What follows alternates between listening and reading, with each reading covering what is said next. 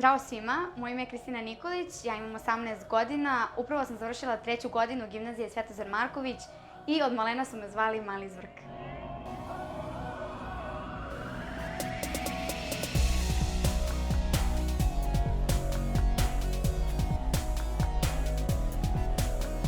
Moja prva razmena bila je u Dečijem selu Pesaloci, kada sam bila 8. razred, 2016. i tada sam se zaljubila u omladinske razmene i sve ono što se tamo radi, jer vi se na jednom mestu nalazite sa 50 vršnjaka koji uopšte pre toga niste poznavali i diskutujete o nekim temama o kojima se u školi uopšte ne priča.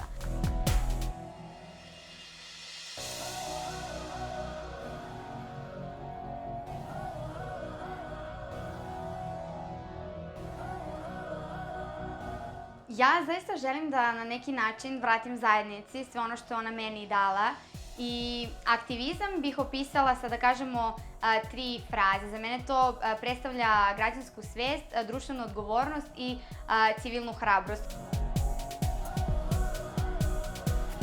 Najponosnija možda jesam na Autodidak edukativni podcast, jer to će biti prilika da se spoji, da kažem, sve ono što smo moj tim i ja godinama želeli, a to je da kroz neku multimedijalnu formu dajemo savete svojim vršnjacima o tome kako da besplatno putuju, gde da volontiraju i kako da se bave aktivizmom i šta je to u stvari.